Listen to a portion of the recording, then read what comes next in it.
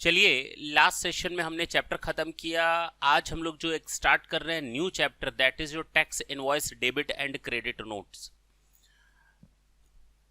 हम लोगों ने टाइम ऑफ सप्लाई चैप्टर देखा है ना, अगर याद हो तो। और उस टाइम ऑफ सप्लाई में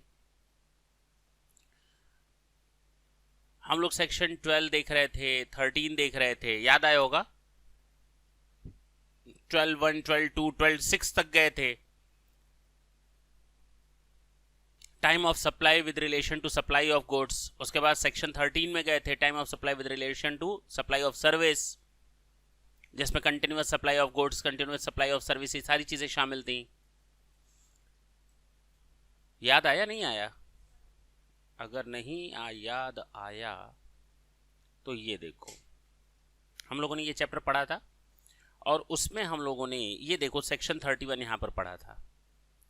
इस किसके साथ पढ़ा था, किस सेक्शन के साथ मर्ज करके पढ़ा था? ये था सेक्शन 12। जब हम लोगों ने सेक्शन 12 की स्टडी की थी, time of supply of goods, उस समय हमने पूरा एक हिंट दिया था आपको सेक्शन 31 का। उस समय तो हिंट था और मैंने उस समय ये बोला था कि इसके लिए हम लोग को पूरा एक चैप्टर पढ़ना पड़ेगा 31 में। मतलब सेक्शन 31 जब आएगा तो उस समय तुम लोग पूरा एक चैप्टर पढ़ोगे। तो देखो अब सामने दिख रहा होगा section 31, 31A, 32, 33, 34, 35। Now these are the sections which are to be studied in our tax invoice. Clear? Tax invoice, जब तुम लोग एक शॉपकीपर के पास जाते हो, कहते हो भैया बुक देना, बुक देता है, कितना हुआ? 500 रुपए हुआ। उसके बाद तुम लोगों ने 500 रुपए पेमेंट किया होगा, तुम लोग को क्या मिला होगा? एक इनवॉइस मिला होगा। कैलकुलेटर लेने गए शॉपकीपर के यहाँ, कैलकुलेटर लिया होगा, 300, 400, 500 का पेमेंट किया, उससे क्या लिया होगा? इनवॉइस। लैपटॉप लेने गए, लैपटॉप के लिए तुम लोगों ने पेमेंट दिया, उससे क्या लिया होगा? बिना इनवॉइस के तो लैपटॉप लेकर के तो आओगे भी नहीं, तुम लोग को मालूम है, क्योंकि गारंटी और सर्विसिंग और वारंटी उसी से ही होने वाली है। तो ये इम्पॉसिबल हो जाता है। कोई लैपटॉप खरीदने नहीं चाहिए इनवॉइस, तो वो तो लेगा ही, चाहे टीवी ले, कंप्यूटर ले, प्रिंटर ले, उसके लिए वो इनवॉइस लेता ही है। भले ही तुम लोग लैपटॉप, अरे ये कैलकुलेटर लेते समय या बुक लेते समय शायद ना लो, लेकिन नॉर्मली लेना चाहिए। अगर आप किसी को पेमेंट कर रहे हैं तो आपको वहां से क्या लेना चाहिए? अच्छा, गवर्नमेंट ने एक स्कीम चालू की है डिजिटल पेमेंट। डिजिटल पेमेंट, उसका पर्पस क्या है? क्या तुम लोग को एक सिस्टम मालूम, बता सकते हो क्या? नहीं, डिजिटल पेमेंट करते हो, ऑनलाइन पेमेंट करते हो, ये चीज इस इनवॉइस से रिलेटेड नहीं है, लेकिन इसका मैं एक फायदा बता दूं, चूंकि याद आ गया कि बताना चाहिए। हम लोग को लगता है हमारे बैंक अकाउंट से पैसा कटेगा, नहीं, और हमें टैक्स देना पड़ेगा, यानी उसको बुक्स में दिखाना पड़ेगा। ये मत सोचो कि तुम्हें तुम्हारे बुक्स में दिखाना पड़ेगा, खर्च तो कर ही रहे हो। ये सोचो अगर तुम ऑनलाइन पेमेंट करते हो तो सामने वाले की मजबूरी हो जाएगी कि जो तुमसे पैसा ले रहा है उस पर गवर्नमेंट को टैक्स दे। नहीं समझे?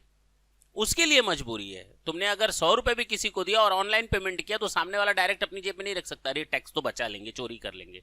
अब उसके बस की बात नहीं है। अगर डिजिटल पेमेंट तुमने कर लिया तो उसके बस की बात नॉर्मली नहीं है कि वो उस पर टैक्स बचा ले। तुमने 100 रुपए दिया ये सोचते हुए इसमें 10 रुपए गवर्नमेंट का है, 90 रुपए इसका है, लेकिन वो 90 क्या पूरा 100 जेब में रख लेगा। अगर आप कैश पेमेंट कर रहे हो तो पता ही नहीं चलेगा, लेकिन अगर आप डिजिटल पेमेंट करते हो तो उसको मजबूरी अपनी बुक्स में दिखाना पड़ेगा और उस पर सरकार को टैक्स देना पड़ेगा। तो इसका फायदा अल्टीमेटली सबको मिलना है। तो ज्यादा से ज्यादा क्या किया करो? डिजिटल पेमेंट, सीधी सी बात है। चलें आगे। तो उससे तुमको फायदा नहीं, सबको फायदा मिलना है। चलो सेक्शन 31 की बात करते हैं। हम शॉपकीपर के पास गए, उसने हमको इनवॉइस दिया। ये इनवॉइस वो अपने हिसाब से बना सकता है, सीधी सी बात है।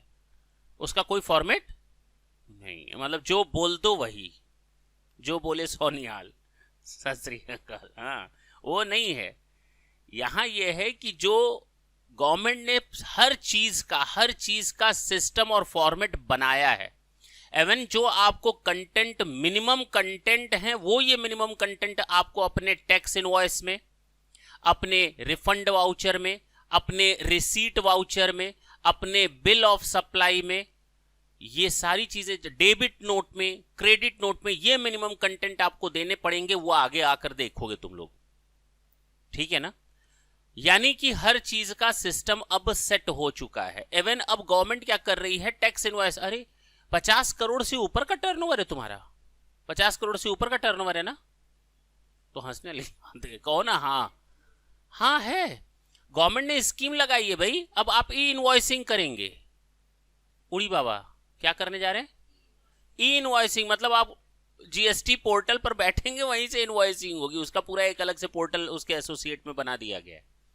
गवर्नमेंट कहती है आप ई इनवॉइसिंग जरूरी है, अब तो चोरी की पॉसिबिलिटी गवर्नमेंट नहीं रख रही। मेरी बात समझना, मजबूरी में अब लोगों को काम करना पड़ेगा। और सही भी है, गलत क्या है इसमें? गलत क्या है? गलत है क्या? नहीं है। अच्छा, दूसरी तरफ जरा देखो, ई इनवॉइसिंग तो रखवाया, साथ में गवर्नमेंट तो एक से एक स्कीम ले आ रही है कि भैया पहले लोग जीएसटी का डिटेल अलग भरते थे सेल्स टैक्स डिपार्टमेंट में, वहां सेल दिखा रहे हैं कम, इनकम टैक्स में दिखा रहे हैं ज्यादा, बैंक में दिखा रहे हैं बहुत ज्यादा। नहीं समझे? लोन लेना है तो वहां बहुत ज्यादा दिखा दो, इनकम टैक्स में इनकम ज्यादा दिखानी है तो सेल ज्यादा दिखा दो, कम दिखानी है इनकम, सेल कम दिखा दो, सेल्स टैक्स डिपार्टमेंट में कुछ अलग सेल दिखाओ टैक्स ना देने के लिए। लोग इस तरह से मैनिपुलेशन करते थे, लेकिन अब वो पॉसिबिलिटी वो भी नहीं रही। अब गवर्नमेंट आपको कैच करती है 26AS के थ्रू। आप जितना भी सेल जीएसटी में सेल्स दिखाते हैं, जितना भी जीएसटी पोर्टल पर सेल्स दिखाते हैं, वो अब आपका रिफ्लेक्ट होता है कहाँ? इनकम टैक्स की वेबसाइट पे या 26AS से, या जितना भी आप सेल दिखाएंगे वो 26AS दोनों एक दूसरे से मैच होते हुए रहेगा। अगर कोई अब चाहे कि हम सेल्स टैक्स डिपार्टमेंट में कुछ और, यानी कि जीएसटी डिपार्टमेंट में कुछ और सेल्स दिखा दें, इनकम टैक्स डिपार्टमेंट में कुछ और सेल्स दिखा दें, भैया वो पॉसिबिलिटी नहीं है। इवन जो आपकी सेविंग्स का इंटरेस्ट वगैरह होता है वो भी रिफ्लेक्ट करता है। अगर तुम भूल गए हो दिखाना तो वो दिखाता है, देख तू भूल रहा है। अब तो ऑटो जनरेटेड फॉर्म फिलअप हो करके आ रहे हैं, ऑटो जनरेटेड, आपकी ये इनकम यहां जाएगी, ये इनकम यहां जाएगी, वो इनकम भी दिखा दे रहे हैं ताकि मिनिमम मिस्टेक्स रहें। गवर्नमेंट तो अपने हिसाब से दे रही है, अब आप अपनी मिस्टेक्स कम से कम करिए और यहाँ कम से कम चोरियां करिए। बात समझ में आई? ये भी सिस्टम देखो ना पूरी तरह से उसी तरह से धीरे धीरे आ रहा है डिजिटाइज्ड वे में। लेकिन हाँ, आज की डेट में जो है 50 करोड़ से कम और ऊपर दोनों में डिफरेंशिएशन किया गया है कि ई इनवॉइस किसको देना है, नहीं देना है। तो फिलहाल हम आज ई इनवॉइसिंग की बात नहीं करेंगे, ये चीज बिल्कुल दिमाग में बैठा लेना, ठीक है ना? जब चैप्टर खत्म हो जाएगा, मतलब लास्ट टॉपिक चलेगा, उस समय हम ई इनवॉइसिंग की बात करेंगे। चलिए आगे। सेक्शन 31 क्या कहता है? Supply of taxable goods. Sir ये टैक्सेबल गुड्स की बात कर रहा है, इसका मतलब ये हुआ टैक्सेबल गुड्स में जो रजिस्टर्ड बंदा होगा उसके ऊपर ये एप्लीकेबल होगा। हाँ बिल्कुल ठीक है। जो रजिस्टर्ड नहीं होगा उसके लिए आएंगे, देखेंगे, जब मौका मिलेगा वो बताते रहेंगे। जरा ढंग से देखो, अ रजिस्टर्ड पर्सन, देखो पहला ही लाइन उसने यही बोला, रजिस्टर्ड पर्सन। क्यों? यहां पर लिखा था taxable. A registered person supplying taxable goods shall before or at the time of, याद आया होगा, where the movement is involved, where the movement of the goods is not involved, याद होगा। मूवमेंट जहां इन्वॉल्व होता है, अगर नहीं याद आया तो फिर सुनो, जहां मूवमेंट इन्वॉल्व होता है, मान लो मुझे किसी को लैपटॉप बेचना है, मैंने लैपटॉप यहां से डिलीवर किया, ट्रांसशिप की मतलब ट्रांसपोर्टेशन में दिया, तो ये मेरे यहां से मूवमेंट हो गया, that is the removal of the goods. हाँ या ना? अच्छा, दूसरा ये हो सकता है जहां पर मूवमेंट पॉसिबल ना हो, क्लाइंट मेरे पास आया, खुद आया शॉप पर, अपना लैपटॉप लेकर गया, मूवमेंट नहीं हो रहा मेरे यहां से तो सामान डिलीवर हो गया, अब वो अपना खुद ले जाएगा। बात समझ में आई? मेरी जिम्मेदारी थी अपनी शोरूम से सामान उसको दे देना, मैंने दे दिया, वो ले गया अपने रिस्क पर। अब दरवाजे के बाहर जाते ही वो गिर जाए, लैपटॉप भी गिर जाए, लैपटॉप टूट जाए, वो उसकी जिम्मेदारी। बात समझ में आई? पक्की बात है। तो दूसरा मैंने एक कहानी और बताई थी, मान लो मैं किसी फैक्ट्री वाले के पास है तो मैं कहता हूँ फैक्ट्री पूरी बेच रहे हो, कितने में? उसने कहा 5 करोड़ में। मैंने कहा दे दो। अब फर्नीचर जो है वो भी मुझे बैठे बैठे मिल गया। अब चूंकि इमूवेबल प्रॉपर्टीज पर हमारा जीएसटी नहीं लगता, लेकिन जो उसमें मूवेबल प्रॉपर्टीज हैं उस पर तो जीएसटी लगेगा। तो फर्नीचर मुझे ऑटोमेटिक मिल गया, वो तो मूवेबल है, फर्नीचर मुझे मिल गया, लेकिन वो बैठे बैठे मिल गया, मुझे उसको मूवमेंट नहीं कराना पड़ा कहीं पर। फैक्ट्री खरीदी तो फर्नीचर अपने आप मिल गया, उसके साथ अलमीरा वगैरह सारी चीजें मिल गई। वही चीज यहां पर है, where the supply doesn't involve movement of goods, जहां पर मूवमेंट है गुड्स का तो रिमूवल ऑफ गुड्स, देखना ढंग से सुनना, बिफोर और at the time of, before और एट द टाइम ऑफ। हम किसकी बात कर रहे हैं? टैक्स इनवॉइस को इशू करने की बात कर रहे हैं। क्या कर रहे हैं? कैसे मालूम sir? Issue a tax invoice, देखो इशू अ टैक्स इनवॉइस लिखा है ना, लिखा है नहीं लिखा है? थर्ड लाइन में इशू अ टैक्स इनवॉइस, यानी कि हम यहां सप्लाई ऑफ टैक्सेबल गुड्स की अगर बात करें तो वहां पर हर एक रजिस्टर्ड पर्सन को, जिससे आप सामान खरीदने जा रहे हैं, वो आपको इशू करेगा एक टैक्स इनवॉइस। आप बुक खरीदने गए, सामने वाला रजिस्टर्ड है, वो आपको टैक्स इनवॉइस इशू करेगा। आप कैलकुलेटर खरीदने गए, सामने वाला रजिस्टर्ड है जिससे आप खरीद रहे हैं, वो आपको टैक्स इनवॉइस इशू करेगा। क्या इशू करेगा? यानी एक स्पेसिफिक पॉइंट है टैक्स इनवॉइस इशू करना। टैक्स इनवॉइस वही बंदा इशू कर सकता है जो रजिस्टर्ड होगा, ये याद रखना। पक्की बात है? अच्छा, हम सामने वाला टैक्स इनवॉइस कब इशू करेगा? मेरी बात ढंग से समझना। यहां केवल और केवल गुड्स की बात हो रही है, यहां केवल और केवल सप्लाई ऑफ गुड्स की बात हो रही है। I am not talking about anything about supply of services. Clear? Supply of goods के केस में कहता है कि सप्लाई टैक्सेबल रजिस्टर्ड पर्सन जो होगा, टैक्सेबल गुड्स को सप्लाई करते समय या सप्लाई करने से पहले, बिफोर और at the time of removal of the goods, issue a tax invoice. Before और at the time of the removal of the goods, issue a tax invoice. Is it clear? ऐसे line समझ में आई पढ़ने में? फिर underline करता हूं, देखो हाईलाइट करता हूं मैं, बिफोर और at the time of issue a tax invoice. कर दिया? अच्छा, लेकिन कब, किस केस में? जब मूवमेंट इन्वॉल्व है, जब मूवमेंट इन्वॉल्व नहीं है। If the movement is involve, then the removal of goods for supply to the recipient. किसके पहले? किसके पहले? बिफोर और at the time of removal. यहां हो गया बिफोर और at the time of the removal of the goods. फिर दोबारा कहता है जहां पर आपका मूवमेंट इन्वॉल्व नहीं है, जहां पर मूवमेंट इन्वॉल्व नहीं, तो बिफोर और at the time of delivery of goods और making available thereof to the recipient. Clear? आप लैपटॉप लेने गए तो लैपटॉप लेकर आप ऐसे ही नहीं निकलोगे, रसीद ले लो, टैक्स इनवॉइस ले लो, making available to the recipient. Clear? पक्की बात है। आप अपने घर पे बैठे हो, सामान मंगवा रहे हो, सामान मंगवा रहे हो ऑनलाइन, तो पहला वाला removal of goods for the supply of the supply to the recipient, कि जैसे ही अमेजन और फ्लिपकार्ट से सामान निकलेगा वो टैक्स इनवॉइस इशू कर देगा। ये नहीं आपको मिल जाएगा फिर हम इनवॉइस इशू करेंगे। आपके घर जब सामान आता है तो उसके साथ टैक्स इनवॉइस लगा रहता है। तो बिफोर और at the time of. Is it clear? पक्की बात है, दोनों चीजें याद रहेंगी। तो पहला कि रजिस्टर्ड पर्सन को टैक्स इनवॉइस इशू करना पड़ेगा अगर मूवमेंट है, तो बिफोर और at the time of removal of goods. अगर मूवमेंट इन्वॉल्व नहीं है तो बिफोर और at the time of making delivery thereof. Is it clear? अच्छा, इसमें अब कोई दिक्कत है? अच्छा, गवर्नमेंट के लिए यहां पर देखो इसमें चेंज आया है। नेक्स्ट सेशन में वो चेंज हम आपको बताएंगे। 1 जनवरी 2021 से आया है। इसको आज मैंने ऐसे ही रखा है, ये याद रखना कि इसको तुम लोग आज ऐसे ही पढ़ो। आज हम लोग पूरा एक इंट्रो देखेंगे 31 का, एक तरह से ये समझ लो। इसमें 2 और चीजें आई हैं, डीम्ड टैक्स इनवॉइस वगैरह, हमने उसको अभी स्किप कर रखा है। ठीक है ना?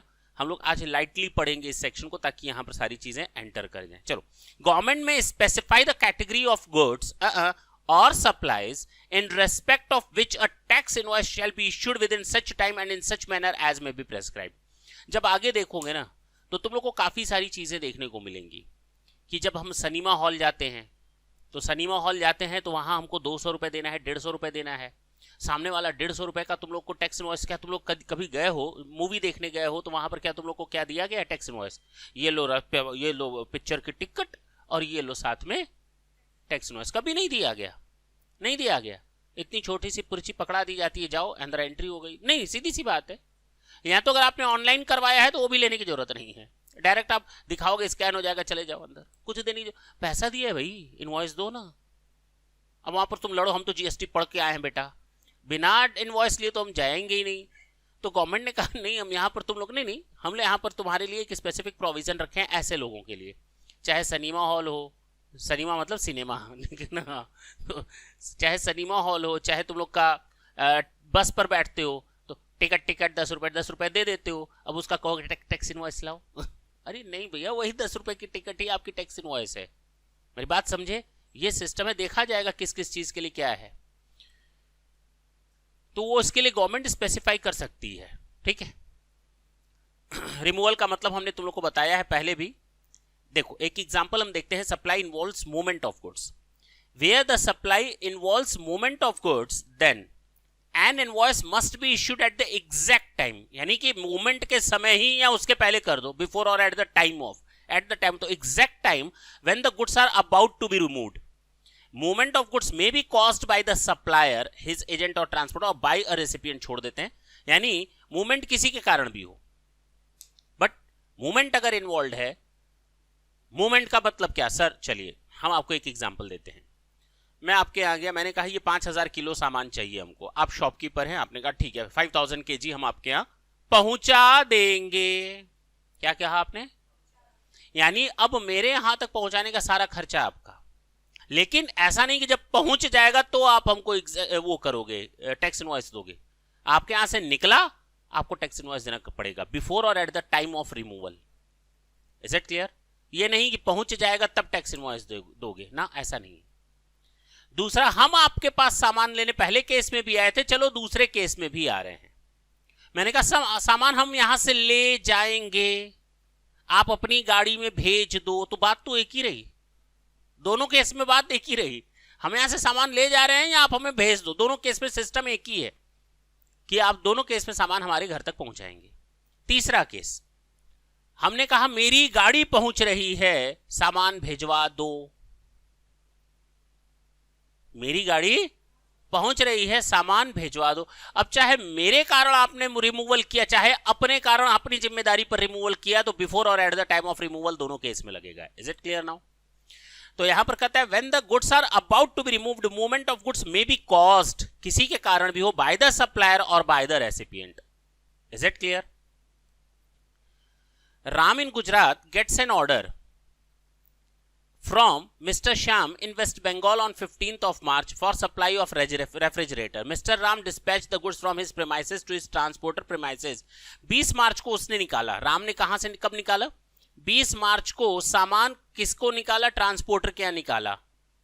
खुद नहीं ट्रांसपोर्ट कर रहा है, किसी के थ्रू करवाएगा। अब उसकी गाड़ी एक गुजरात से वेस्ट बंगाल नहीं जा रही, उसने ट्रांसपोर्टर को हायर किया मार्केट से और उसको कहा मैं तुम्हारे यहाँ सामान भिजवा रहा हूं, तुम यहां से ले जाओ, वेस्ट बंगाल दे देना मेरे क्लाइंट को।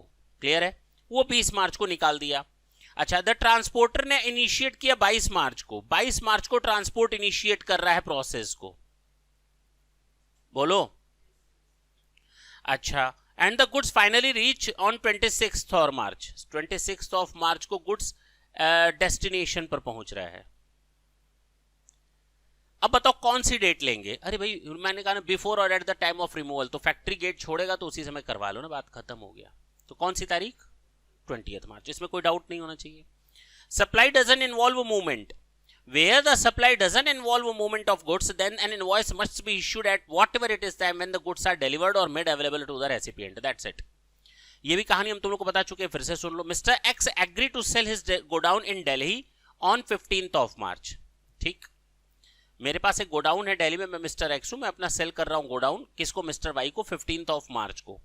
There is a separate agreement entered by mister X and Y for the selling of the furniture within the godown on 19th of March. 19th of March को हम लोगों के बीच में एक एग्रीमेंट हो गया कि भैया हम सामान आपको फर्नीचर भी देंगे साथ में। X hands over the position of the godown and the furniture on 25th of March. तो बात खत्म हो गई, 25th को पोजीशन दे रहा है तो मेकिंग अवेलेबल देयर ऑफ, तो 25th को ही मान लिया जाएगा। Is it clear? समझ में आया?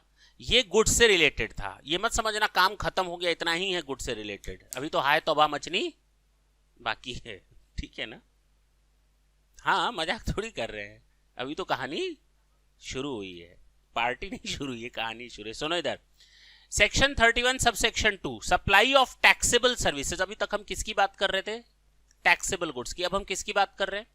टैक्सेबल सर्विसेज की। सेम वही कहानी है, लेकिन वहां पर था बिफोर और एट द टाइम ऑफ, लेकिन यहां पर मैंने कहा था with in a prescribed limit which is given under rule 47। याद होगा, ऐसा कुछ मैंने उस समय बताया था, और मैंने रूल 47 में एक इंडिकेट किया था स्टार एरो बनाकर 30 डेज, याद होगा। और मैंने ये भी बोला था कि बैंकिंग कंपनी और फाइनेंशियल इंस्टीट्यूशन के केस में 45 डेज होता है, ये भी याद होगा। नहीं याद आया तो अभी हम देख लेते हैं फिर से। Is it clear? चलो, a registered person supplying taxable services shall before or after at the time नहीं हो सकता। at the time देखो, इस समय मैं सर्विसेज दे रहा हूं, लाओ फीस लाओ, ऐसे थोड़ी होता है, मेरी बात समझना। अरे सर्विस मैं दे रहा हूं, यहां तो इसके पहले, यहां तो इसके बाद। पिक्चर देख रहे हो, पिक्चर देखते समय वो आ जाए टिकट वाला, पैसा लाओ। अरे भैया यहां तो पहले, यहां तो बाद में, मेरी बात समझना। Eight the time of means proceedings, उस समय हम नहीं ले सकते। अब बात समझ में आई? कूली वाला आया, कूली वाला सर पे रखा है बीच में, पैसा लो बीच रास्ते में। अरे भैया यहाँ तो पहले ले लेते, यहाँ तो बाद में लोगे, बात खत्म। कोई भी सिस्टम देखो तो ठीक है ना, मशीन लादने वाले लोग आए, क्रेन रास्ते में है, बीच में सामान लटका हुआ है, आप कह रहे पैसा लाओ नहीं तो हम छोड़ देंगे यहीं पर। कोई मत, या तो बिफोर हो या तो उसके बाद, ठीक है ना। A registered person supplying taxable services shall before or after the provision of services but within a prescribed period. अब prescribed period क्या बताई गई है? 30 days. आफ्टर है तो आफ्टर कितना दिन?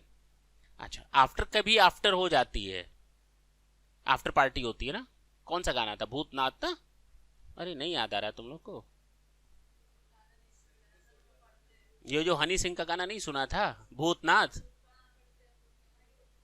Party with the Bhoothnath. देखो याद है, हम तो भूल गए थे इतने दिनों बाद। क्या कर रही है? नहीं नहीं, ऐसा थोड़ी, पहले का सुने आज भी सुनते हैं, ऐसा कौन सा बात है कि नहीं? चलो, तुम लोग नहीं सुनते हो, गाने नहीं सुनते हो? वो चश्मे से लग जा रहा है कि तुम लोग कितना पढ़ते हो, कि कितना गेम और सोशल मीडिया पर रहते हो। तो इधर हो गया, इधर इधर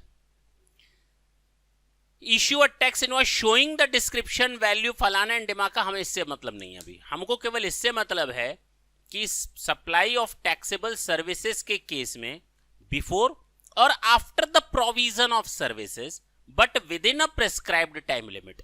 तो हमें केवल इतने से मतलब था। उसमें क्या कंटेंट होंगे वो हमने कहा बाद में हम लोग देखेंगे। टैक्स इनवॉइस में क्या क्या कंटेंट होंगे वो हम लोग बाद में देखेंगे।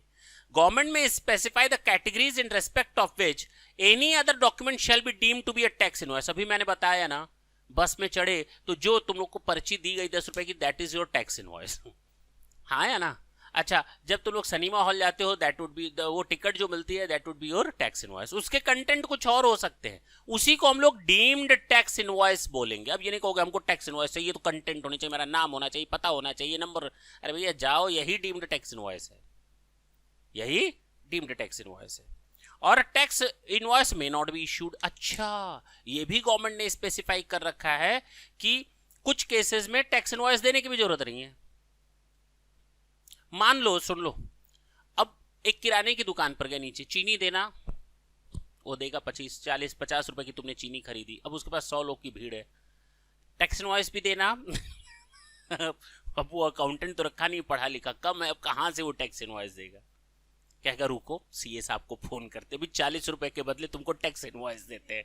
उधर सीए साहब बिल बनाकर भेजेंगे 5000 रुपए का। बात समझना, हो गया कल्याण। तो वहां टैक्स इनवॉइस कैसे पॉसिबल? तो कहा ना 200 रुपए हम आपकी लिमिट बनाते हैं। कितनी? तो अगर आप कहीं से सर्विसेज लेते हैं 200 रुपए तक की, इवन गुड्स तक का भी देखा जाएगा, तो आपको वहां पर टैक्स इनवॉइस लेने की जरूरत, मतलब देने की जरूरत नहीं है।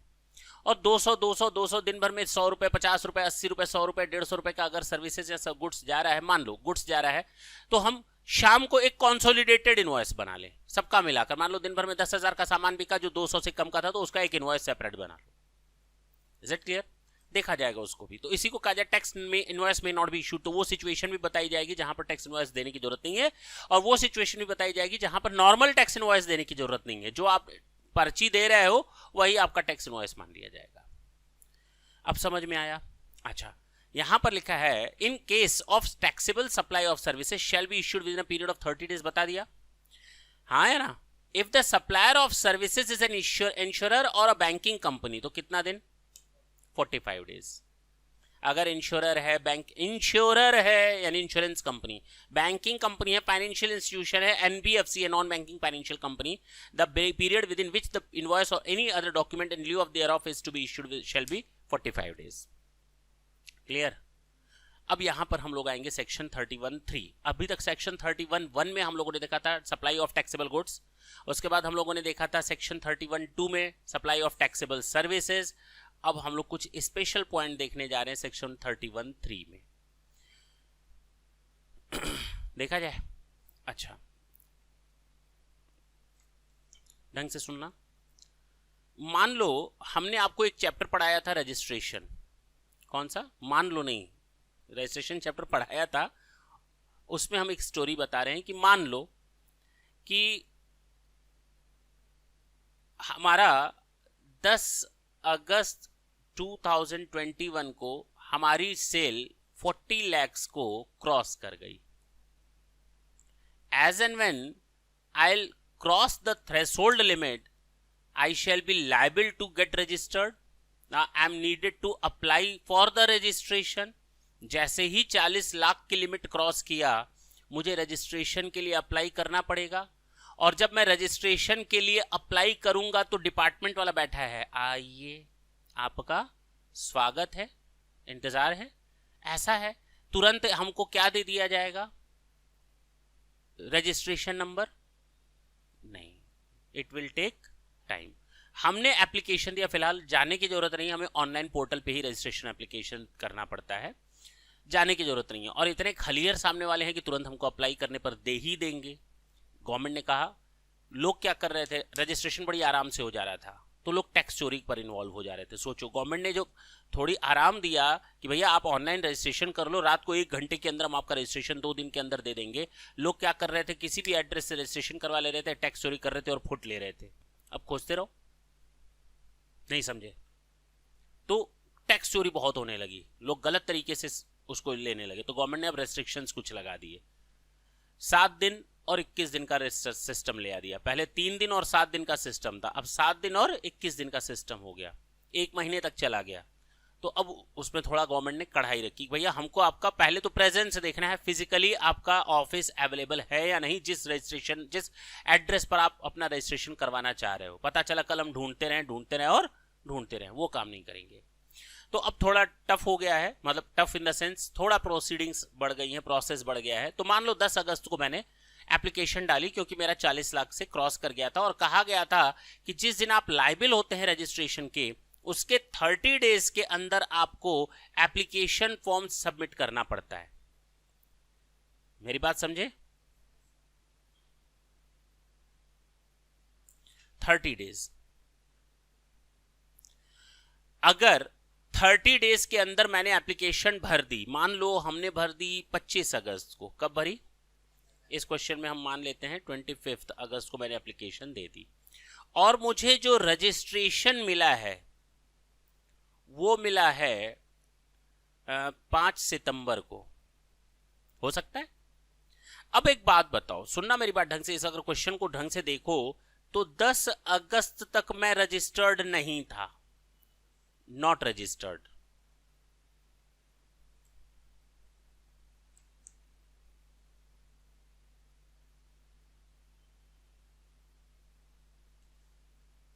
यहां तक मैं रजिस्टर्ड नहीं था, पक्का. लेकिन अब मैं रजिस्टर्ड कब हुआ हूं? गलत बोल रहे हो. कब हुआ हूं? 10 को ही मान लिया जाएगा. अगर मैंने जिस दिन रजिस्ट्रेशन के लिए मैं लायबल हुआ था उसके 30 डेज के अंदर मैं अगर एप्लीकेशन डाल देता हूं, तो मुझे रजिस्ट्रेशन जब भी मिलेगा वो मान लिया जाएगा आपने जब अप्लाई किया था उसी दिन से आपका इफेक्टिव है. हो गया? ये इतना आसान नहीं है, हो गया. अब इसके कंसेक्वेंसेस देखो क्या हो सकते हैं. अब बोले, अब जरा देखो, 10 अगस्त तक तो हमने कोई टैक्स इनवॉइस इश्यू नहीं की थी, because I was not liable to get the registration. No any tax invoice was issued 10th अगस्त तक, because I was not the registered person and when I was not the liable to get the registration. That was the 10th of August when first time I crosses the limit of rupees 40 lakhs. हाँ या ना? उसके बाद मैंने apply किया और मुझे 15, 20, 25 दिन बाद रजिस्ट्रेशन नंबर मिल गया, अगर मैंने विद इन 30 डेज अप्लाई कर दिया तो. अब जो भी मुझे रजिस्ट्रेशन नंबर मिलेगा वो इफेक्ट फ्रॉम कब से होगा? 10th of अगस्त से. मान लो मैंने 11 अगस्त को कोई सामान सेल किया या सप्लाई की, तो मुझे क्या इश्यू करना पड़ेगा? टैक्स इनवॉइस या नहीं? अरे बात समझो मेरी बात. 10th को मैं रजिस्टर्ड था ही नहीं, एप्लीकेशन मैंने डाली 25 अगस्त को. कब डाली? मुझे मिला रजिस्ट्रेशन 5 सितंबर को. 11 अगस्त को मैंने अब किसी को सेल किया, तो क्या मैं टैक्स इनवॉइस इशू करूंगा? हाँ या ना? हाँ या ना? नंबर तो था ही नहीं मेरे पास, रजिस्ट्रेशन नंबर भी तो होना चाहिए टैक्स इनवॉइस के लिए। 11 अगस्त को मेरे पास रजिस्ट्रेशन नंबर था कहां? तो मैंने 11 अगस्त से 5 सितंबर 2021 तक, कहां तक, जो भी मैंने सप्लाईज की हैं, मैंने इन पर कोई टैक्स इनवॉइस नहीं दिया। हाँ या ना? जबकि मेरा रजिस्ट्रेशन नंबर इफेक्टिव था जब हमें मिला, तो कब से? 10 अगस्त से। अब प्रॉब्लम ये आई कि जब आपका रजिस्ट्रेशन नंबर 10 अगस्त से इफेक्टिव है, तो आपको 11 अगस्त से तो टैक्स इनवॉइस देना चाहिए। लेकिन जब एक्चुअल में देखा जाए तो 11 अगस्त को मेरे पास तो रजिस्ट्रेशन नंबर था ही नहीं। तो हम क्या करें? मैंने सामने वाले को बिल ऑफ सप्लाई दिया, भले ही मुझे रजिस्ट्रेशन नंबर मैंने अप्लाई कर दिया था, but I don't have any registration number till now. तो ऐसा नहीं धंधा बंद करके 20 दिन इंतजार करेंगे, जो आदमी सामान खरीदने आएगा मैं उसको दूंगा। मैंने उसको सप्लाई दिया 5 सितंबर को मुझे मेरा रजिस्ट्रेशन नंबर सक्सेसफुली मिल गया। अब मुझसे कहा गया कि ये जो 11 अगस्त से 5 सितंबर तक की आपने सेल की है बिना टैक्स इनवॉइस के, अब एक काम करो, रिवाइज कर दो। क्या करो? रिवाइज्ड टैक्स इनवॉइस आपको देनी पड़ेगी। यानी जो हमने बिल ऑफ सप्लाई दे दिया था उसको कैंसिल करना पड़ा। सॉरी, बिल ऑफ सप्लाई क्या होता है? फर्स्ट टाइम जिसका रजिस्ट्रेशन नहीं होता है। 40 लाख तक जब मेरा सेल हो रहा था, मैं क्या दे रहा था? यानी 40 लाख की सेल तक मैं क्या दे रहा था? मैं रजिस्टर्ड नहीं था, मैं बिल ऑफ सप्लाई दे रहा था। तो अगर आप लोग को कहीं से बिल ऑफ सप्लाई मिलता है तो समझ लो ये रजिस्टर्ड नहीं है।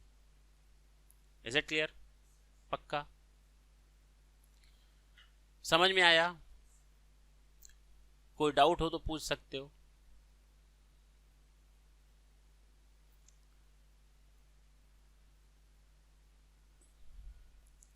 Notwithstanding anything contained in 1 and 2 above, ऊपर वालों को भूल जाओ, 1 and 2 को भूल जाओ। A registered person may within 1 month from the date of issuance of certificate of registration and in such manner as may be prescribed issue a revised invoice against the invoices already issued during the period beginning with the effective date of registration till the date of issuance of registration certificate of registration to him। बात तो वही पड़ी। आपको सारी की सारी invoices क्या करनी पड़ेंगी? रिवाइज करनी पड़ेंगी। हाँ या ना? दूसरा, a registered person may not issue a tax invoice if the value of the goods or services or both is less than 200 rupees subject to such condition and in such manner as may be prescribed। तो as may be prescribed मतलब go to rules, ठीक है ना? देखा जाएगा, हर चीज go to rules पर है लगभग। तो यहां पर कहता है कि रजिस्टर्ड पर्सन जो सप्लाई कर रहा है गुड्स या सर्विसेज का, अगर 200 रुपए से कम की सप्लाई कर रहा है वन टाइम, एक बार में किसी एक पर्सन को, तो उसको उस समय टैक्स इनवॉइस देने की जरूरत बशर्ते मैं किसी दुकानदार के पास जाऊं, मैंने 150 रुपए का सामान खरीदा। नाउ द सामने वाला पार्टी है वो रजिस्टर्ड पर्सन है, I am also the registered person, मैं भी रजिस्टर्ड हूं। मैं उससे क्या खरीद रहा हूं? मैं उससे कैलकुलेटर खरीद रहा हूं, कैलकुलेटर फॉर ऑफिस पर्पसेस। अब मैं 150 रुपए दे रहा हूं, मान लो 180 रुपए दे रहा हूं और 30 रुपए उसमें टैक्स का शामिल है। क्या मैं नहीं चाहूंगा कि वो 30 रुपए जो मैं दे रहा हूं टैक्स का, वो मुझे आईटीसी के तौर पर मिले? And for the purpose of getting the ITC benefit I am needed to have the tax invoice. हाँ है ना? तो मैं सामने से कहूंगा भैया टैक्स इनवॉइस दिखाएगा कागज, देख गवर्नमेंट ने बोला है 200 से कम का सप्लाई होगा, इनवॉइस देने की जरूरत नहीं, जा इधर से। अरे भैया दे दो। क्यों? क्योंकि ये जो सिस्टम है ये अनरजिस्टर्ड के लिए है। सामने वाला अगर अनरजिस्टर्ड है, यहां उसको आईटीसी नहीं लेनी, यहां तो वो क्लेम छोड़ रहा है तब तो ठीक है, मैं नहीं छोड़ रहा क्लेम, मैं रजिस्टर्ड हूं। मैं अनरजिस्टर्ड होता तो तुम शायद कुछ बोल सकते थे, लेकिन मैं रजिस्टर्ड हूं तो मेरे साथ ये बात नहीं कर सकते। अच्छा, रूल्स क्या कहते हैं? The recipient is not registered, अगर मैं रजिस्टर्ड नहीं हूं, और the recipient doesn't require such invoice. अच्छा ये भी है, सुन लो, एंड है, मैं रजिस्टर्ड नहीं हूं तो क्या मतलब है? गुंडागर्दी करोगे? नहीं दोगे 200 रुपए से नीचे का इनवॉइस तुम्हारे कागज और रूल दिखाने से मुझे तो इनवॉइस चाहिए। कितने लोग इनवॉइस मांगते हैं बताओ, आटा दाल चावल लेते हैं तो ना के बराबर। लेकिन अगर कोई जिद पर अड़ जाए, हम तो 100 रुपए का सामान खरीदे मुझे बिल चाहिए, तो ले लो, दिक्कत क्या है? नहीं समझे? The recipient doesn't require and the recipient is not registered and shall issue a consolidated tax invoice. तो रात में वो दुकानदार बैठेगा, जितने लोगों को उसने टैक्स इनवॉइस नहीं दी है और 200 रुपए से कम है, सबका मिलाकर के एक कंसोलिडेटेड टैक्स इनवॉइस बना लेगा। Is it clear? अब बात क्लियर हुई बिल्कुल।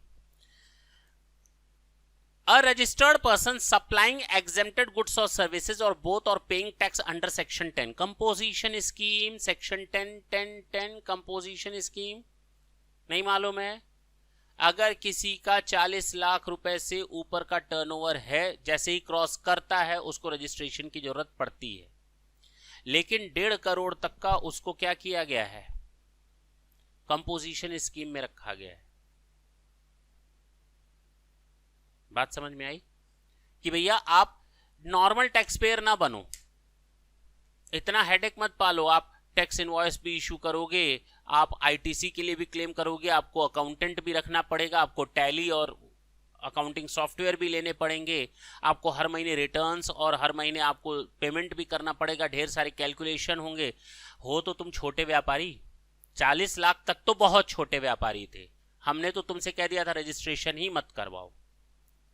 लेकिन 40 लाख से ऊपर आप बहुत बड़े व्यापारी नहीं बन गए, 40 लाख तक बहुत छोटे थे, 40 लाख के ऊपर एक नॉर्मल व्यापारी बने, ठीक ठाक छोटे ही व्यापारी हो। 1.5 करोड़ तक हम आपको एक बेनिफिट देते हैं, up to rupees 1.5 crore the government is going to give the benefit to all the person who are supplying goods. उनको एक बेनिफिट दिया, क्या दिया कि आप एक सिंपल परसेंटेज का टैक्स हमें पे कर दो, 1% and 5% in case of restaurant, 1% goods के केस में एंड 5% केस ऑफ रेस्टोरेंट। आप हमें इतना पेमेंट कर दो, आप किनारे रहो। नहीं समझे? आपको ज्यादा टिटिम्मा पालने की जरूरत नहीं। तो यहां पर कहता है अगर कोई बंदा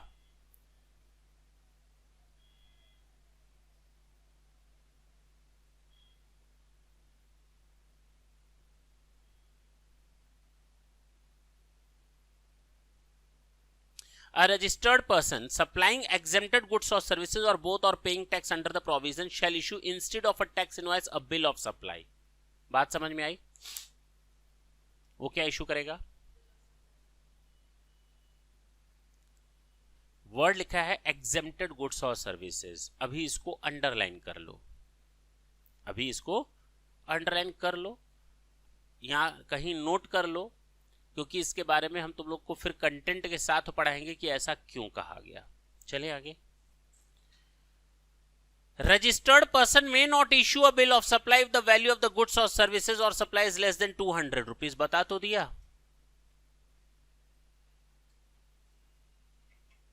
ये जितना भी सी पॉइंट है, जितना भी इस सी पॉइंट में 31(3) का सी पॉइंट, 31(3) का सी पॉइंट, सेक्शन 31(3) का सी पॉइंट, इसके लिए हम आराम से डिस्कस करेंगे।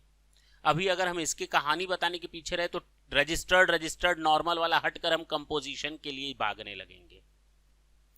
चलो सुनो। अ registered person shall on receipt of advance payment. मान लो मैं रजिस्टर्ड पर्सन हूं, मैं नॉर्मल टैक्स पेयर हूं, मैं रजिस्टर्ड पर्सन हूं, कंपोजिशन वगैरह नहीं, नॉर्मल है।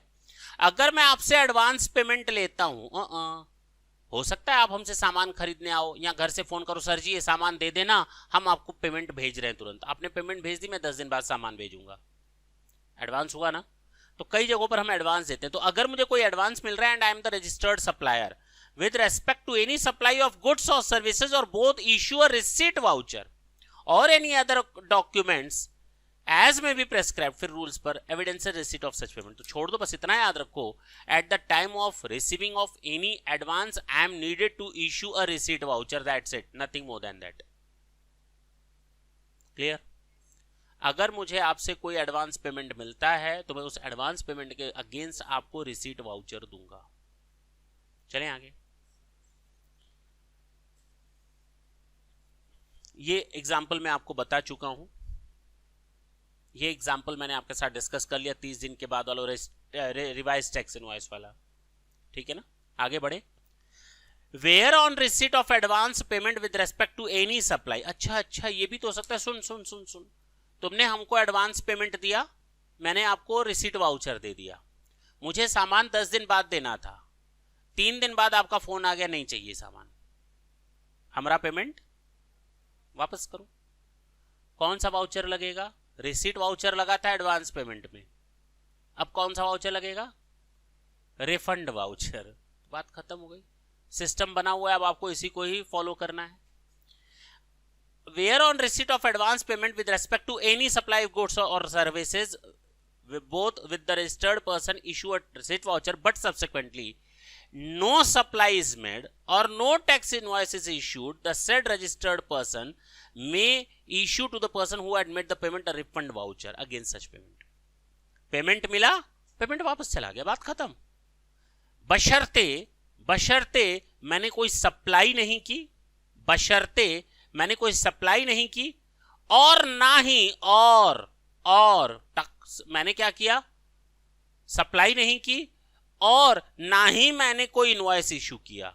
कहा गया ना, before the removal of the goods आप इनवॉइस इशू कर सकते हो। मान लो रिसीट वाउचर मिला, आपने तुरंत इनवॉइस इशू कर दिया, तब ये रिफंड वाउचर नहीं लगेगा ना, भले ही सामान ना गया हो, तब सिस्टम दूसरा है।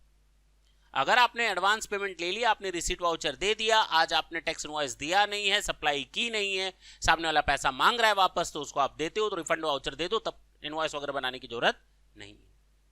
Is it clear?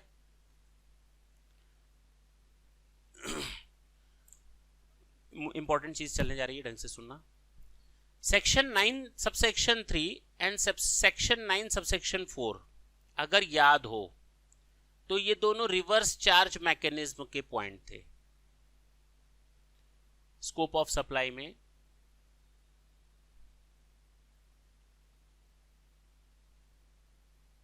Scope of supply chapter पढ़ाया था, उसमें मैंने सेक्शन 9 सबसेक्शन 3 सेक्शन 9 सबसेक्शन 4 पढ़ाया था।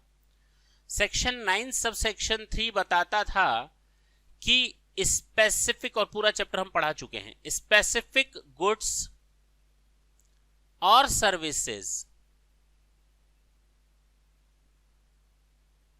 ये वो स्पेसिफिक गुड्स और सर्विसेज हैं जिन पर रिवर्स चार्ज मैकेनिज्म लगता है।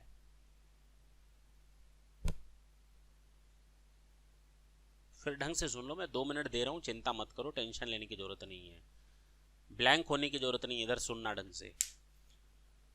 सेक्शन 9 सबसेक्शन 3 बोलता है, पहले तो रिवर्स चार्ज मैकेनिज्म का सिस्टम मालूम है क्या होता है? ये तो मालूम होगा ना कि अगर ये मिस्टर एक्स है और ये मिस्टर वाई है, ये सेलर है, ये बायर है, इसने 10,000 रुपए का सामान बेचा प्लस 1800 का जीएसटी, और इस बायर ने इसको पेमेंट किया टोटल कितना? 11,800। बायर के पास सामान कितने का पहुंचा? 11,800। और बायर के पास सामान कितने का पहुंचा? 11,800। उसने पेमेंट दिया होगा ना सेलर को, कितने रुपए का? 11,800 का। अच्छा, सेलर के पास 11,800 रुपए आया, इसने अपने पास होल्ड कर लिया कितना, और गवर्नमेंट को कितना पे कर दिया? यही तो सिस्टम है। This system is known as forward charge system. इस सिस्टम को हम लोग क्या देते हैं नाम? Ultimately in both of the, in this case, ultimately इस केस में हुआ क्या? मैंने 10,000 का सामान बेचा, मेरे जेब में 10,000 आ गया, मैंने गवर्नमेंट के नाम से 1800 रुपए कलेक्ट किया और गवर्नमेंट को मैंने 1800 दे दिया, बात खत्म हो गई। हाँ या ना? This is known as forward charge mechanism, जहां पर सप्लायर आपसे टैक्स लेकर गवर्नमेंट को देता है। मैं आपको पढ़ा रहा हूं, मैं आपकी फीस में जीएसटी ले रहा हूं, मैं वो जीएसटी गवर्नमेंट के पास जमा करूंगा। Is it clear? This is known as forward charge mechanism. Reverse charge क्या होता है? ये मिस्टर एक्स है और ये मिस्टर वाई है, ये बायर है और ये सेलर है, ये सेलर है और ये बायर है। बोलो, इसने इसको 10,000 रुपए का सामान दिया प्लस 1,800 रुपए का टैक्स, पक्का? टोटल कितना हुआ? 11,800। दिख रहा है नहीं दिख रहा? 11,800 में इसने इसको दिया 10,000 का ही पेमेंट किया। कितने का? और 1,800 का पेमेंट डायरेक्टली बायर ने गवर्नमेंट को कर दिया। बायर ने गवर्नमेंट को डायरेक्टली 1,800 दिया। देखो, बायर के हाथ में दोनों केसेस में 11,800 ही निकल रहा है। जो बायर है दोनों केसेस में उसकी जेब से कितना निकल रहा है? सुनो, पहले केस में क्या था? मैंने आपसे 11,800 लिया, 10,000 मैंने रोका और 1,800 गवर्नमेंट को दे दिया। दूसरे केस में क्या किया? मैंने आपसे केवल 10,000 लिया और आपने डायरेक्ट गवर्नमेंट को 1,800 दे दिया। This is known as reverse charge mechanism. इसको हम लोग क्या बोलते हैं?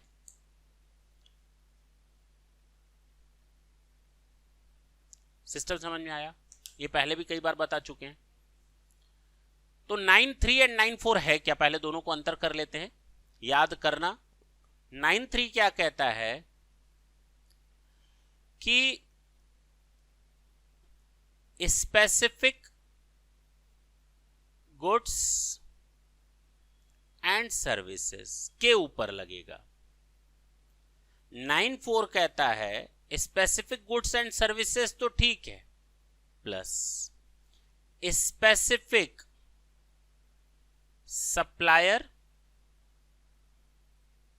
Plus unregistered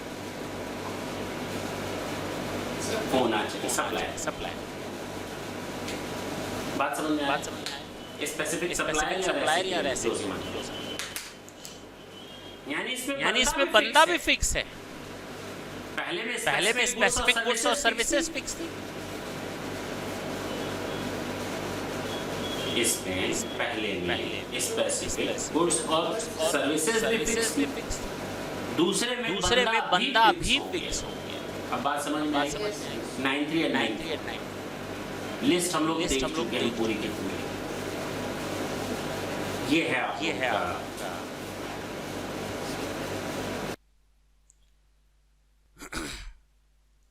a registered person who is liable to pay tax. यहां पर रजिस्टर्ड पर्सन कौन? रेसिपिएंट।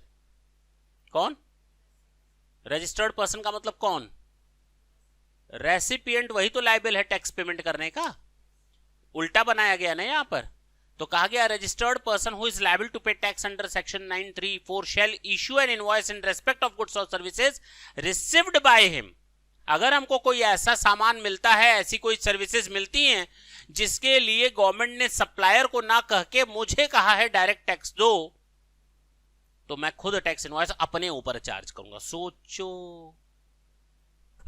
ढंग से सुनना इधर।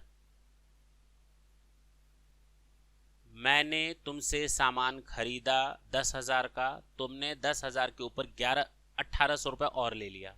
मैंने तुम्हें कितना दिया? 11,800। तुमने सरकार को पेमेंट किया, मेरे लिए क्या टेंशन है? अब मैं उस 1,800 को इनपुट टैक्स क्रेडिट की तरह ले सकता हूं क्योंकि मैंने तुम्हें पेमेंट कर दिया। अब मैं आईटीसी ले लूंगा उसका। दूसरा केस, तुमने मुझे 10,000 का सामान दिया, गवर्नमेंट ने मुझसे कहा तुम डायरेक्ट 1,800 दो 2 मिनट के लिए। मैंने कितना जोड़ा? 10,000 तुमको दिया और 1,800 गवर्नमेंट को दिया। गवर्नमेंट को 1,800 किस तरह से दिया होगा? मैंने ऐसे ही दे दिया होगा, कोई हिसाब नहीं बनाया होगा। गवर्नमेंट के ऊपर अपनी लायबिलिटी पहले निकाली होगी कि मुझे गवर्नमेंट को देना है, उसके लिए मुझे खुद अपने ऊपर एक टैक्स इनवॉइस इशू करना पड़ा जो आरसीएम बेसिस पर दिखाएगा कि मेरे ऊपर इतने की लायबिलिटी आई अंडर सेक्शन 9(3) और 9(4). Is it clear? जब वो लायबिलिटी दिखेगी इनवॉइस में तभी तो मैं गवर्नमेंट को दूंगा। तुम्हारे इनवॉइस में दिख रही थी तो तुम लायबिल हो गए थे देने के लिए। मेरे इनवॉइस में तुमने जो मुझे इनवॉइस दिया उसमें तो 10,000 दिख रहा था, तो मैं लायबिल तो हुई नहीं। लेकिन मुझे मालूम है मुझे 1,800 गवर्नमेंट को डायरेक्ट, तो 1,800 की लायबिलिटी मुझे खुद इनवॉइस जनरेट करके बतानी पड़ेगी। अब बात समझ में आई? पहले तुम बना बनाया इनवॉइस देते थे 1,800 मिला करके। अब मेरे पास केवल 10,000 का है, 1,800 टैक्स का तो इनवॉइस बना ही नहीं है मेरे पास। तुमने तो दिया ही नहीं क्योंकि तुम तो ले ही नहीं रहे हो टैक्स। टैक्स तो हमको गवर्नमेंट को देना है। तो तुम लेते इनवॉइस में तो तुम गवर्नमेंट को देते, अब मुझे 1,800 का खुद के ऊपर टैक्स इनवॉइस इशू करना पड़ेगा। Is it clear? ये उसके लिए बोला है। लास्ट पॉइंट,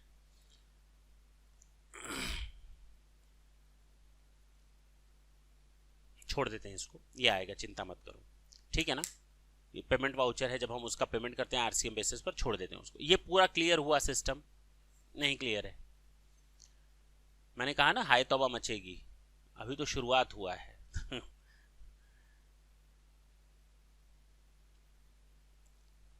बहुत सिंपल है, याद रखना, जीएसटी बहुत सिंपल है, मैं अभी भी बोल रहा हूं, अभी टफ हो चुका है धीरे धीरे, लेकिन अभी भी बहुत सिंपल है। अगर कंसेप्चुअली पढ़ो तो बहुत सिंपल है। अगर रट्टा मारोगे तो ये सब रट्टा मारने से तो काम नहीं बनने वाला, ये चीज तो बैठा लेना दिमाग में। पहले हमारे समय में क्या होता था, सीएसटी था, सेंट्रल सेल्स टैक्स, 50, 100, 70, 80 पेज में पूरा हो जाता था। डेली शाम को 6 बजे बैठते थे, डेली शाम को, और 6:10 तक मेरा पूरा वो रिवाइज होता था डेली। और अपनी छोटी बहन को डंडा दे देते थे, बताया है तुम लोग को पहले भी, ऐसे डंडा दे देते थे, जितना मार रहा हूँ, दिन भर हम मारते थे उसको पढ़ाई न करने पर, शाम को 6:10 उसके पास पावर रहता था। तो जहां हम भूले एक तेजी से मारना, सोचना मत। हम बोलते ही नहीं थे नॉर्मली, कहने वाला वो 10 मिनट में पूरा सीएसटी हो जाता था, 20 मार्क्स बैठे बैठे। लेकिन अब सिचुएशन वैसी नहीं है। तुम लोग के ऊपर अब कंसेप्ट समझने की जिम्मेदारी, और कोई अगर समझा रहा है इन चीजों को तो जितना अच्छी तरीके से समझोगे उतना फायदा मिलेगा, ये याद रखना। तुम लोग अच्छे लोगों से भिड़ सकते हो, जब अब सोचो तुम सिनेमा हॉल जाओगे तो अब लड़ाई नहीं करोगे, अब लड़ाई नहीं करोगे, टिकट लोगे उस बस कंडक्टर से तो लड़ाई नहीं करोगे, है कि नहीं। जो अधपक्के होंगे, मतलब आधा नॉलेज होगा। हाँ, क्या है, अध जल गगरी छलकत जाए। तो जिसके पास आधा नॉलेज होगा वो क्या कहेगा, हम तो टैक्स इनवॉइस लिए जाए बिना उतरेंगे नहीं गाड़ी से, तो मत उतरो, बैठे रहो, है कि नहीं। तो ये चीज तुम लोग पढ़ के आना, यहां तक कंप्लीट करना। मुझे मालूम है तुम लोग के ऊपर एक बोझ है ये, धीरे धीरे जो बढ़ रहा है। तो अगर कॉमेडी अभी भी दिमाग में चल रही है एग्जाम की, तो वो निकाल दो, जितना जल्दी निकालोगे उतना ज्यादा सुकून मिलेगा हमको भी और तुम लोगों को भी, ठीक है। ये क्योंकि आने वाले समय में तुम लोग को नुकसान करेगा। अगर आज मजाक तो कल नुकसान। या तो आज अच्छे से थोड़ा रो करके फ्यूचर बना लो, या तो आज थोड़ा हंस करके फ्यूचर में 5,000 की नौकरी ढूंढते रहना, 10,000 की, कोई दिक्कत नहीं है। ऐसे लाइन से स्टूडेंट्स हैं हमारी जो समय पर लापरवाही किए, आज की डेट में वो दुखी रहते हैं, बहुत दुखी रहते हैं, फ्रस्ट्रेट हैं, डिप्रेशन में हैं, कुछ नहीं बन पाए। अब मैं क्या बोलूं, कहां तक चले गए। लेकिन नेगेटिव एग्जाम्पल देने से अच्छा है पॉजिटिव एग्जाम्पल दिए जाएं। क्यों, केवल पॉजिटिव एग्जाम्पल देने से ही तुम लोग सीख लेते तो दिक्कत क्या थी। बहुत हैं ऐसे पॉजिटिव एग्जाम्पल जो तुम लोग दिन भर देखते हो, लेकिन नेगेटिव को तुम लोग ध्यान नहीं देते, उनकी गलतियों को देखते नहीं हो, सुनते नहीं हो। उनकी गलतियों को समझो, वो गलतियां तुम लोग ना करो। उन्होंने गलतियां क्या की, दिन भर सोशल मीडिया पर, उन्होंने गलतियां क्या की, टीवी देख रहे हैं, गलतियां क्या थी, फ्रेंड्स बना रहे हैं, गलतियां क्या हैं कि पापा मम्मी पैसा दे रहे हैं तो उसकी वैल्यू नहीं समझ में आ रही, गलती क्या है कि फ्यूचरिस्टिक नहीं है। मेरी बात समझना, फ्यूचरिस्टिक का मतलब 5 साल बाद सोचो तुम कहाँ बैठे हो। 5 साल, ये बताओ 2020 खत्म हो गया, पूरा का पूरा कोरोना में खत्म हो गया, कुछ हवा लगी किसी को? पूरा 1 साल तुम लोगों ने बंद कमरों में नियर अबाउट बिता दिया, वो लाइफ में टाइम आया ही नहीं तुम लोग के। सोचो तुम लोगों ने अपनी लाइफ का कितना बड़ा, मैंने भी कितना बड़ा नुकसान किया सबने। वो 1 साल कितना कीमती होता है। कई लोगों की नौकरी लग सकती थी, नहीं लगी, कई लोग आगे बढ़ सकते थे, खत्म हो गए, कई लोगों ने करोड़ों रुपए 2020 में लिया लोन। मेरी बात समझना, जनवरी में लोन लिया, हम नया धंधा स्टार्ट करेंगे, पूरा काम कर लिया, स्टार्ट कर लिया, जब मार्च में काम स्टार्ट होने लगा कोरोना लग गया, बंद हो गया धंधा, बंद खुलने से पहले ही चौपट। कई लोगों ने आत्महत्या कर ली इस चक्कर में, सुसाइड कर लिए। तो लाइफ बहुत चेंज हो चुकी है, उसको तुम लोग थोड़ा समझो। और अब कंपटीशन और बढ़ेगा, ये भी याद रखो। तो उस लायक बनाओ अपने आप को, थोड़ा अच्छा करोगे, पॉलिश रख करोगे अपने आप को, उतना फायदा मिलेगा, सीधी सी बात है। जो मुझे बताना था बता दिया, नेक्स्ट सेशन में फिर मिलेंगे, तब तक के लिए थैंक यू।